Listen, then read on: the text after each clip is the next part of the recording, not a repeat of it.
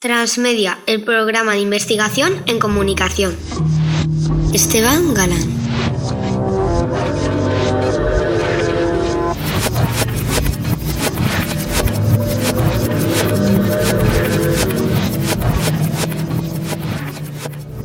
Decía aquel director de cine norteamericano que no estaba resentido por cómo le había tratado Hollywood, sino por el trato que había dado a Griffith, Stroheim, Keaton y otros cientos.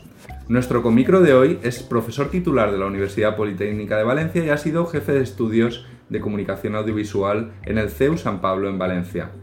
El profesor José Prosper es experto en narrativa audiovisual y lo que tal vez comparta con aquel director de cine norteamericano conocido como Orson Welles sea esa admiración por aquellos maestros que crearon una gramática que continúa hoy ofreciéndonos sueños de estreno cada fin de semana. Profesor José Prosper, muchas gracias por acompañarnos. Por favor, gracias a ti por invitarme. Regálenos una película. Pues una película, sin duda alguna, El acorazado Potemkin. ¿Por qué? Pues porque me parece una de las películas más completas de la historia del cine, porque todavía a mí al menos me emociona, porque además es una película que, como todo el mundo sabe, no es muda porque tiene una gran música, pero no recurre a los diálogos para expresar muchísimas ideas, muchísimas cosas, y porque creo que domina el lenguaje audiovisual, si se puede hablar de lenguaje, o la narrativa audiovisual de manera excepcional. Ha dicho una cosa, dice que no es muda, porque tal vez el cine mudo fuera más sonoro que el actual, en la medida en que se proyectaba con música en directo y tenía un papel. Efectivamente, no solamente con música, sino también con efectos. De hecho, el cine cuando surge... Todos hemos visto esas famosas películas que hablan del cine, digamos, de la primera época, donde aparece un pianista. Pero no solamente es eso, en el cine, en la época dorada de lo que se llama cine silente o cine mudo, había grandes orquestas y además reproducían también los efectos. Había especialistas que producían todo tipo de sonidos para acompañar un poco a las imágenes. Por lo tanto, en sentido estricto, no era mudo. Era un espectáculo audiovisual en directo e irrepetible. Tenía ese punto incluso de Walter Benjamin. Tenía aura, en la medida en que no había dos proyecciones. Exacto. Y otra cosa muy importante, en ocasiones a través de los intertítulos se intentaba expresar el sonido. Porque, por ejemplo, hay películas, hay muchas de ellas, cuando empieza alguien haciendo un susurro, digamos que el intertítulo tiene un tamaño, y cuando empieza a gritar, empieza a aumentar un poco el tamaño, ¿no? O sea, ¿por qué? Porque intentaba reflejar digamos, el volumen de la voz. Entonces, además, hasta gráficamente se intentaba reproducir el sonido. Es curioso, ¿verdad? Lo que ocurre es que llega el año 29, llega a finales de los años 20, la industria del cine es una gran maquinaria, pero aparece el cine sonoro y en 2-3 años le da una vuelta completamente a la industria. ¿Puede haber pasado ahora algo parecido con el boom de las series? Que también esté desplazándose la industria. Puede ser, pero yo no lo creo. Vamos a ver. A mí, yo tengo una idea, no sé si será del todo correcta, pero es que el cine, o digamos el relato audiovisual, porque para mí se haga con soporte fílmico, se haga con un magnetoscopio o se haga con un soporte informático, es lo mismo. Al fin y al cabo, estamos comunicando a través de imágenes visuales auditivas. Yo creo que cada vez, a lo largo de la historia, ha sufrido mutaciones que cada vez lo acercan más a la realidad. Por ejemplo, el paso del cine sin sonido sincronizado al sonido sincronizado supuso una evolución enorme. ¿Por qué? Porque la gente quería verlo. Y digo evolución en el sentido de espectáculo. Todos sabemos, y bueno, hay muchísimas informaciones al respecto, inclusive manifiestos de directores y autores teatrales, por ejemplo, como Chaplin o como los soviéticos, precisamente uno de ellos, Eisenstein, que al principio rechazaban el cine sonoro. ¿Por qué? Hay una película, se resistieron. Mucho. Hay una película que esto lo expresa magníficamente, que yo también la recomiendo, que es Cantando bajo la lluvia. En Cantando bajo la lluvia también se ve el paso del sonoro al cine, del mudo al cine sonoro, ¿no? Entonces, ¿qué pasaba? Que con la nueva tecnología se tenía que habituar. Entonces costaba muchísimo realizar los movimientos y la planificación que se realizaba anteriormente. Pero ¿qué es lo que pasó? Que con el paso del tiempo se dominó la técnica, la tecnología, y a partir de ahí, pues se pudo hacer un espectáculo. Pero esto es lo mismo que cuando llega el color. El color también ha inundado totalmente. Y cada vez más estamos viendo pantallas más grandes, se habla ahora del cine inclusivo, es decir, nos estamos acercando hacia un gran espectáculo. En todos los sentidos, ¿no? Tal vez volviendo a la esencia, porque el cine nació como una atracción más en la feria, una caseta más en la feria, ¿no? Efectivamente. Pero vamos a ver qué es lo que ocurre, ¿no? Porque ahora actualmente, por ejemplo, en cualquier casa ya tienes un televisor que parece eso, vamos. Bueno, yo tengo uno bastante grande, supongo que casi todo el mundo tendrá un buen televisor, vienen las pantallas curvas. ¿A qué nos estamos acercando? A intentar volver otra vez a este gran espectáculo. Perder la liturgia, porque en casa es verdad que sí que cada vez nos dotamos de mejores espacios, pero carecemos del rito, de la liturgia, de lo que es asistir a una película. Es decir, oímos tal vez al vecino caminar, el niño igual llora. Yo estoy de acuerdo, pero relativamente. Me explico. Yo sí que suelo ir a las salas de cine con bastante frecuencia, ¿no? La última vez que fue hace relativamente poco, y una de las últimas películas que he visto ha sido La La Land, que me parece una película espectacular que hay que ver. Y que rima con Cantando bajo la lluvia, tal vez. ¿Cuál es su opinión? Efectivamente, me gustó mucho esta película, pero lo que quería contar es lo siguiente. Me molestó profundamente al principio, me cogí un rebote, porque había gente con el móvil en el cine y que lo tenía encendido. Quiero decir que en estos momentos ir al cine, al menos a los cines a los que yo suelo acudir, bueno, suelo acudir a todos, Sí, salas comerciales. Salas comerciales básicamente, pero también a cineclubs, etcétera. La gente ha perdido el sentido de la liturgia que había anteriormente. Yo recuerdo cuando con 15 o 16 años iba a un cine que se llamaba Serea, en Valencia, donde la gente pues tenía un comportamiento diferente. Había un cine, una sala de cine que se llamaba Aula 7. Fíjate el nombre, Aula, como si fuera aquello, como si estuvieras en la universidad, y Aula 7 del séptimo arte del cine. Era diferente. Actualmente, cuando vas a cualquier sala de cine, al menos esto me sucede a mí habitualmente, pues la gente, uno te bebe algo, otro está comiendo, el otro se escucha. Es decir, se ha perdido un poco la liturgia anterior. Sí, y si va a un centro comercial hay una tienda de Zara al lado y la bolsa de la blusa suena en... Pero aún así, yo pienso que el cine siempre ha sido en parte esto, ha sido siempre un lugar de encuentro, un lugar de soñación, pero también un lugar para pasarlo bien. La fila de los mancos era... Efectivamente, muy famosa, ¿eh? Eso no era en España, en otros sitios no.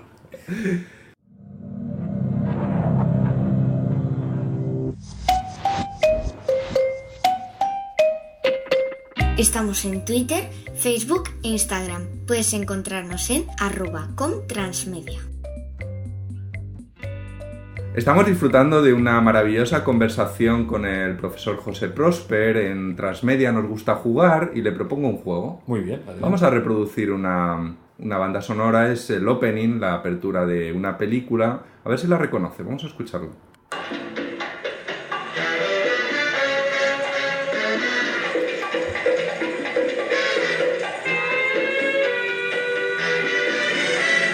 Obviamente es Set de Mal, la gran película de Orson Welles. Hay una anécdota que quiero, aprovechando esta película, que quiero contar y después ya si quieres hablamos de la película.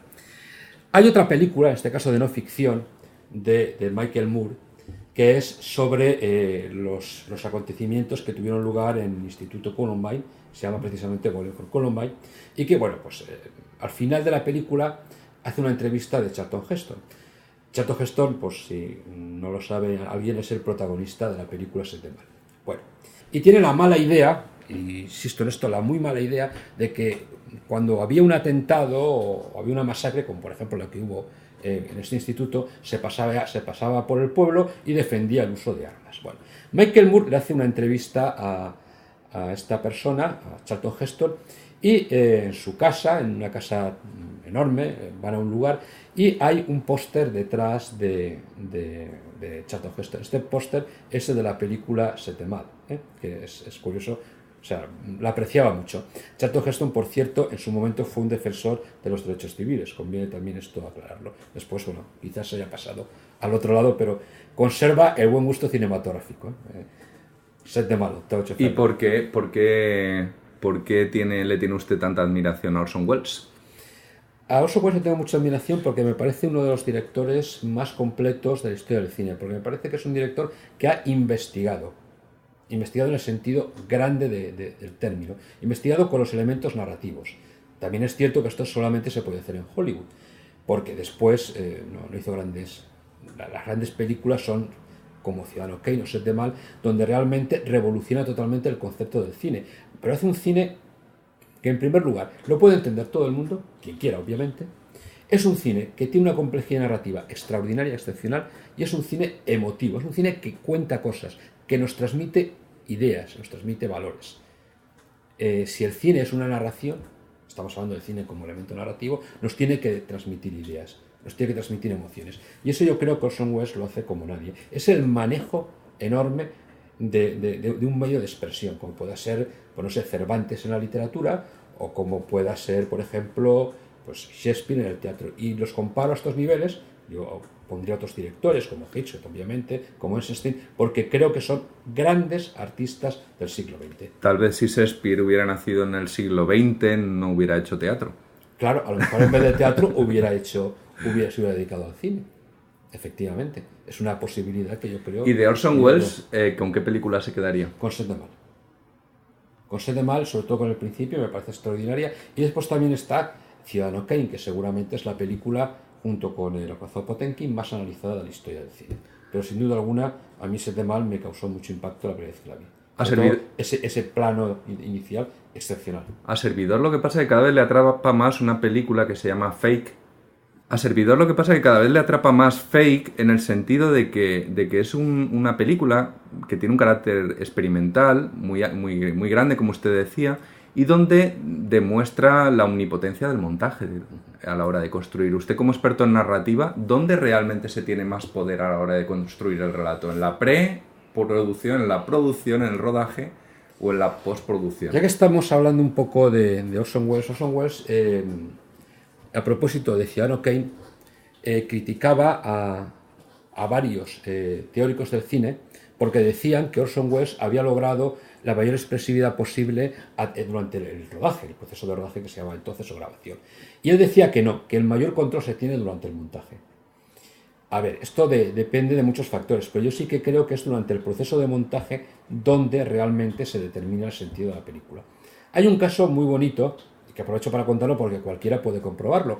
Hay una película que se llama Hitchcock y que básicamente cuenta las vicisitudes que tuvo Alfred Hitchcock durante la realización de la película Psicosis.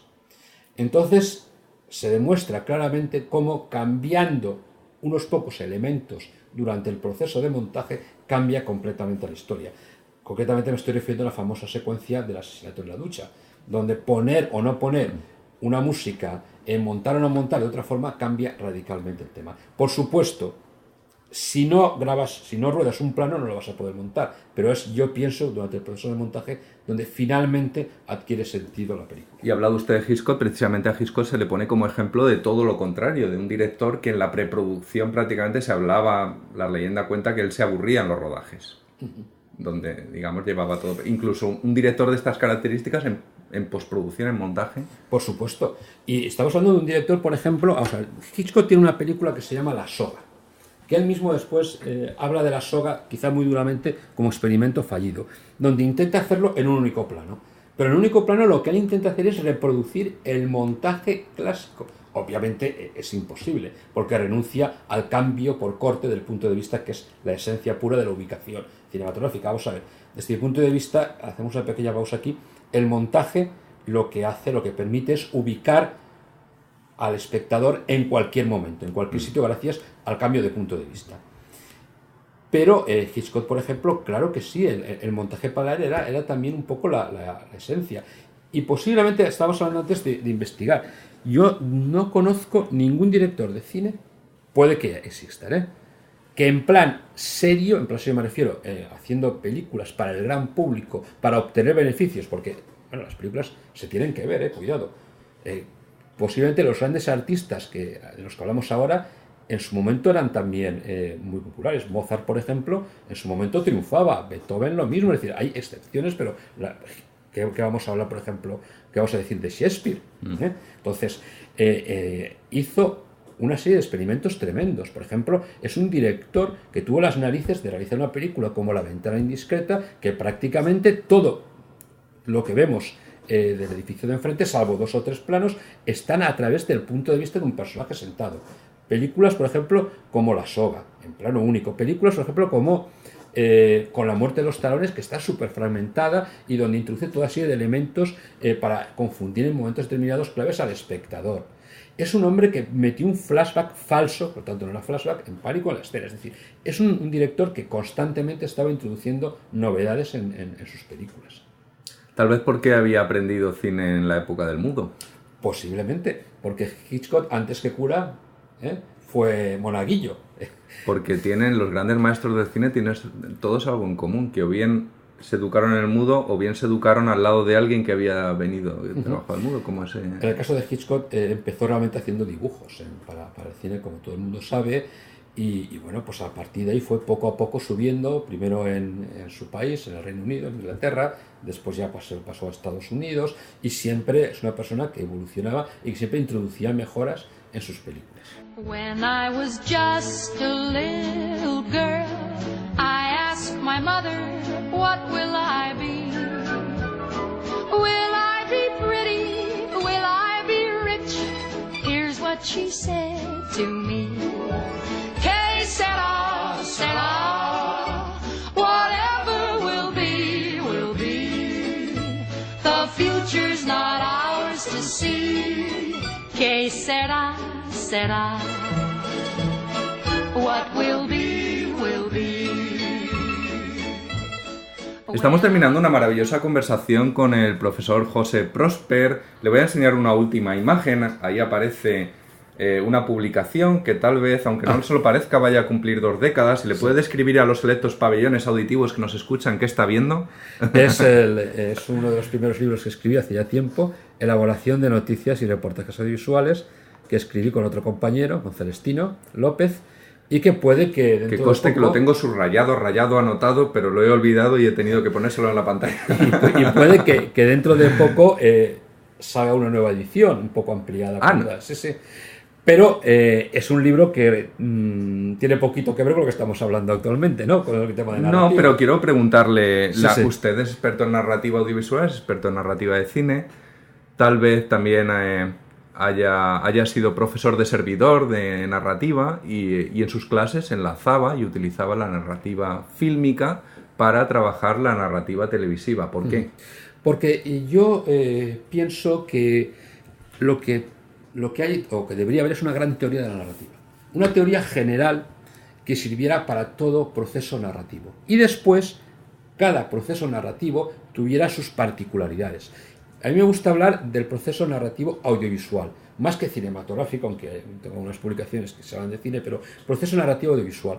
Porque yo, en mi opinión, creo que, por ejemplo, una serie de televisión estadounidense tiene mucho más parecido con una película estadounidense, que, por ejemplo, que con una serie francesa o alemana. Y no digamos en una película estadounidense con una serie también del mismo país que con una película de Nouvelle Vague o del neorrealismo. O sea, por lo tanto, o no digamos ya del expresionismo alemán. Por lo tanto, eso es mi opinión. Además, hay muchos directores, muchísimos, de cine que proceden de la televisión. ¿Usted tal vez procede de la televisión también? También. Yo también ¿Tuvo su experiencia como...? Yo trabajé en televisión española.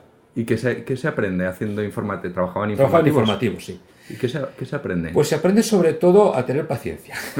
Sí, porque a tener paciencia. No, lo que se aprende es algo muy importante.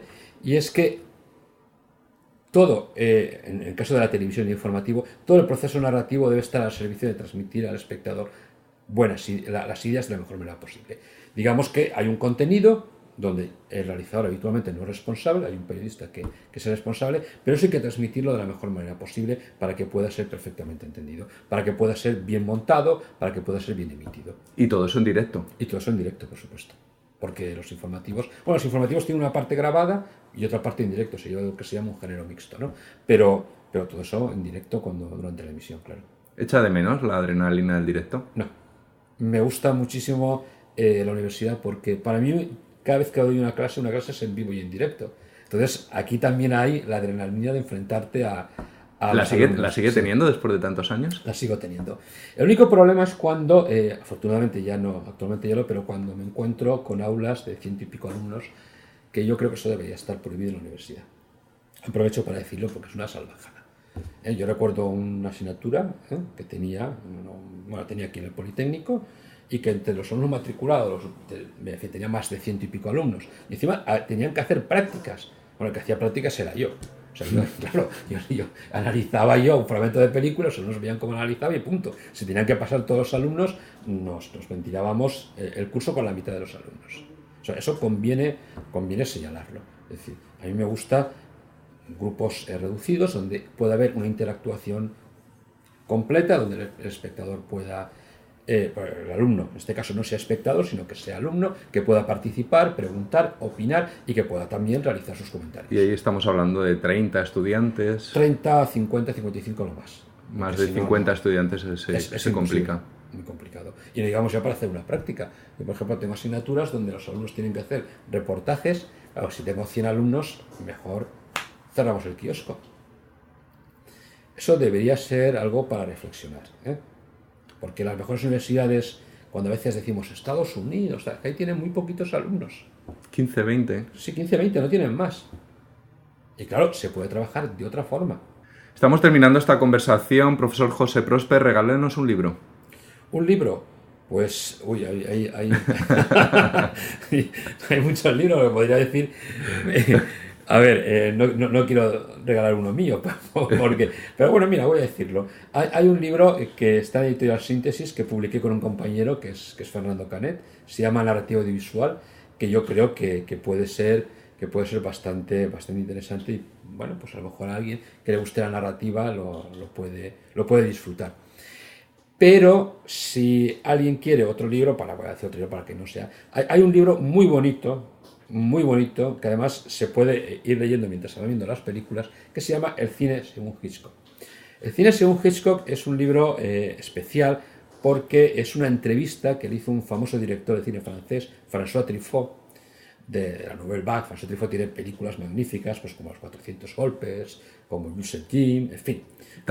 Sea tal vez quien haya sobrevivido mejor, el tiempo le ha tratado mejor de los directores de la Nouvelle Vague. No, yo creo que Godard. ¿Godard? Sí, pero también Truffaut muy bien. Tiene una película muy bonita que se llama La noche americana, porque... es una clase de cine. Sí, es una clase de cine. Entonces se juntaron... François Truffaut, antes de ser director de cine, fue crítico de cine. Entonces se juntó con Hitchcock y fueron analizando una por una todas sus películas.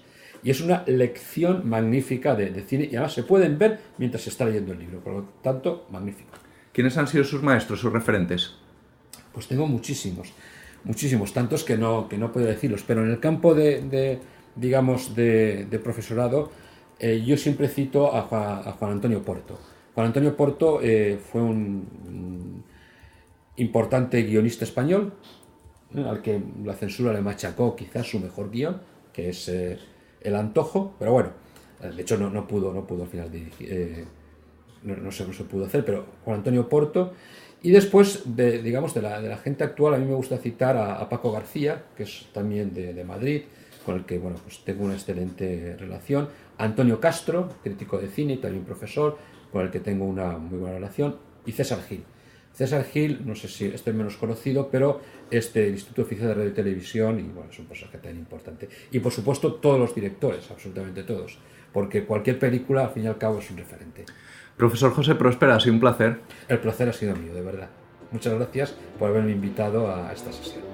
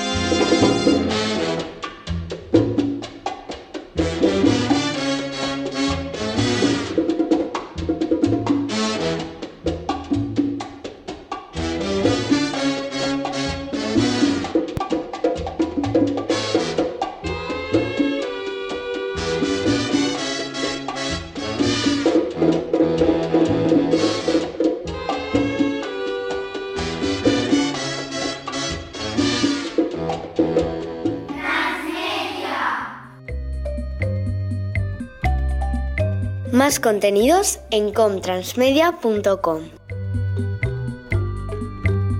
Transmedia.